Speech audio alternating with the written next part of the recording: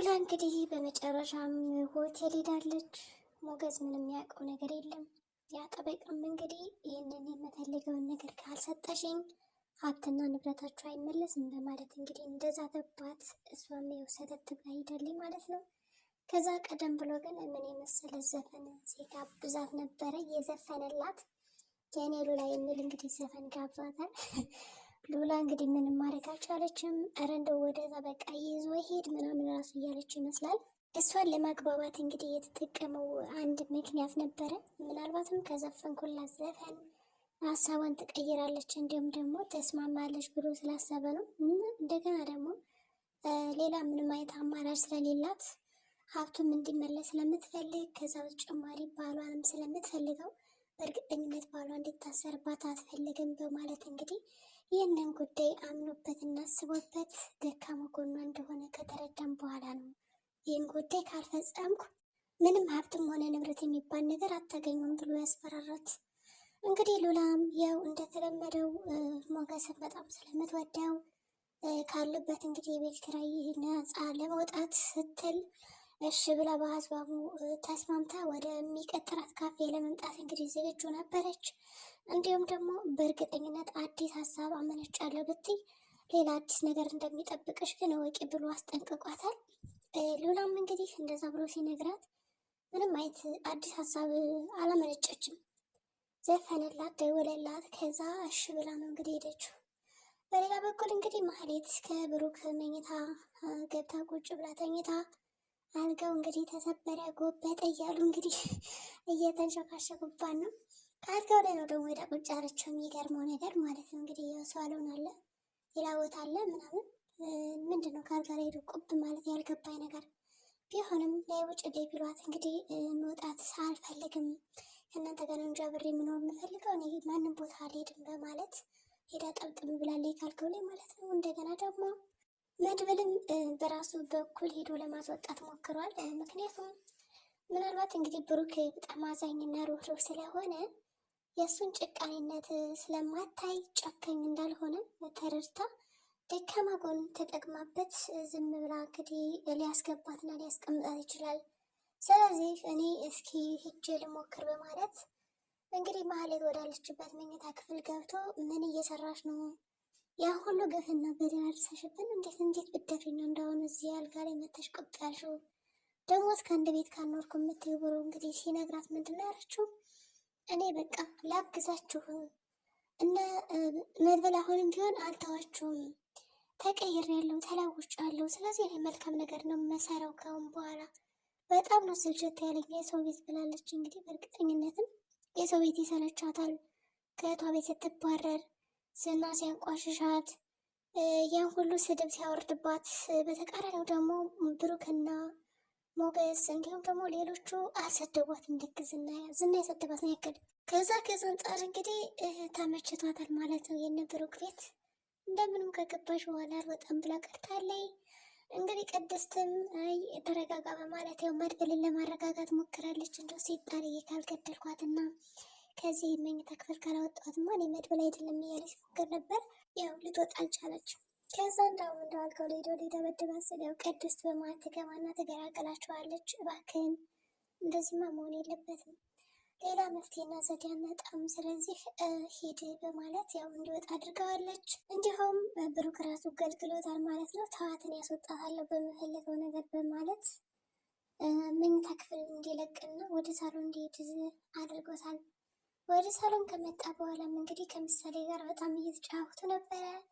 እንዴት ነው በሰው ቤት ገብቶ አልወጣም ማለት ይላታል። እንግዲህ ምሳሌ ደግሞ እኔ ምን አውቃለሁ አጎቴ፣ በቃ ታውቃለህ ቅድም በዛ አጋጣሚ ሳልፍ እኮ እንደው አልጋው ራሱ እርዱኝ፣ በጣም ተሰበርኩ እኮ 24 ሰዓት እንግዲህ ቁጭ ብላብኝ አድራብኝ ውላብኝ፣ በቃ ብቻ ጎበትኩ እያለ እንግዲህ እያለች እንግዲህ ምሳሌም ከአጎቷ ጋር የሚያወሩት ወሬ በጣም ያስቅ ነበረ።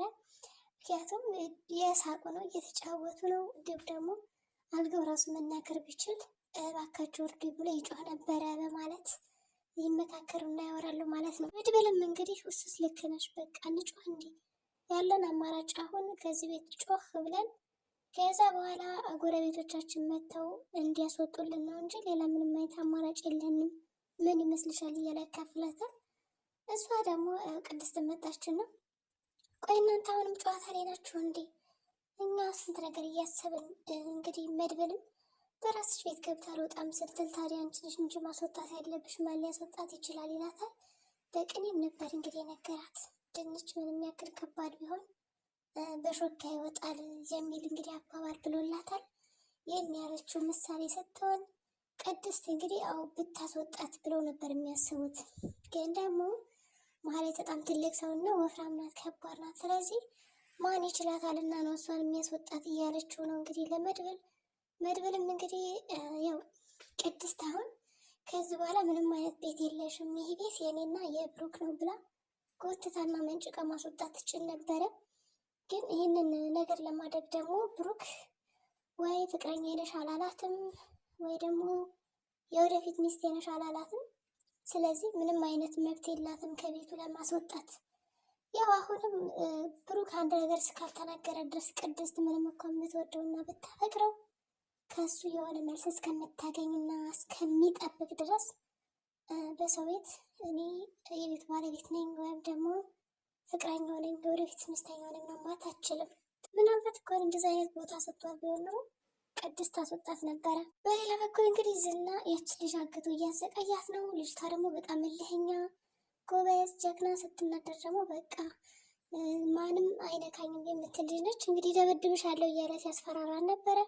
እሷ ግን አልደበደብም፣ እንኳን አንተ አባቴ ራሱ ደብድቦኝ አያውቅም፣ መደብደብ ካለበትም ራሱ አባቴ ነው እንጂ አንተ አይደለም በማለት ተፎካክረዋለች ዝናም እንግዲህ ናት እንዴት ነው የጠገብሽው ምናምን ደሃ ነሽ እኮ የገጠር ልጅ ምናምን እያለ ቢንቋሻትም እኔ ደሃ ብሆንም ራሱ እንደዚህ በቀላሉ እጅ የምሰሰው አይደለሁም ብለዋለች። እናም እንግዲህ በጣም ጎበዝና ለኛ የሆነ ሴት ደፋር የሆነ ይመቸኛል ማለት ከዚህ በፊት እንደዛ መስላ ነበረ፣ ግን ያለሽ ፋሪ ነች እያለ ማወዳደር ይጀምራል ማለት ነው ከሷ ጋር። ልጅቷ ደግሞ እኔ ምንም አይመለከተኝም ስለሷ፣ ስለዚህ እዚህ ቦታ ታስወጣኛለህ ወይስ አታስወጣኝም የሚል ምርጫ ነበር የሰጠችው። እንዲሁም ጸሎት እያደረገች ነው። ከዚህ ቤት የመውጣበትን መንገድ እባክህ ፈጣሪ አንድ ነገር አምጣልኝ እያለች ነው። ዝናም ይህን ይመለከትና ምንድነው ወደ ሰማይ አንጋጠሽ የምታየው ልክ ዶሮ ይመስል ይላታል። ሉላም እንደዚህ ነበረች አላት። እሷም እንግዲህ እሺ ይሁን በማለት ያው እያወራቸውም ነበረ። እንግዲህ አጭር ማነው እንግዲህ የዝና አለቃ ይደውልና ቆይ ልጅቷን ካልፈለጋት ለምንድነው የማታመጣት? አምጣት። በተለይ ደግሞ የገጠር ልጅ ስለሆነች በጣም ብልጥና አስተዋይ ጎበዝ ከሆነች ታስፈልገናለች። በጣም ብዙ ብር ነው የምታወጣልን እና አምጣና ሽጣት እያለው ነው። ወይስ ደግሞ ወዳታል ሲለው እንግዲህ ዝና ምን ማየት መልስ አልመለሰም። ጸጥ ነው ያለው። ከአለቃው ጋር ትንሽ ሰጣ ገባ እየገባ ይመስለኛል። እንግዲህ ዝና ልስጣት አልስጣት እያለ ነው። እንዳይሰጣት ደግሞ ያ ይፈልጋታል። ሊሸጣትም አይፈልግም፣ ግን ደግሞ ሀብት ይፈልጋል። አግቢኝ ይላታል። እሷም አላገባም እያለችው ነው። ትንሽ መጨረሻ ምን ሊሆን ይችላል? የእውነት እንግዲህ ያፈቅራት ይሆን ዝና? እንደኔ ግን ይች ልጅ የምትቀይረው ይመስለኛል ጎበዝና ደፋር ስለሆነች። ሉላም እንግዲህ አልጋ ይዛለች። በቃ ጠበቃውን ዛሬ የምፈልገውን ነገር ካልሰጠሽ በማለት እጇን ይዞ እየጎተተ ነው። ዳጣም ደግሞ ከሁሉም ነገር ነግረዋለች። ደስ የሚለው ነገር ግን ዘገየ፣ እንዳትበላ እንጂ ወንዶች አትረዱንም እኛ ሴቶች ማለት ነግረውም ነበረ። ጭም የተፈጠረውን ነገር አስረድተዋለች። ስለዚህ ሞገስ አሁን ሉላን የማዳን ስራ ይኖርበታል ማለት ነው። ሉላም ተጨንቃ ትገኛለች። ብሩክም እንግዲህ ሽጉጡን ደቅኖባታል። ከመሀሌት ላይ መውጣት አለብሽ ቤት የለቀሽ በማለት እንግዲህ ሲዘትባትም ነበር። ትወጣለች ወይስ ደግሞ አትወጣም?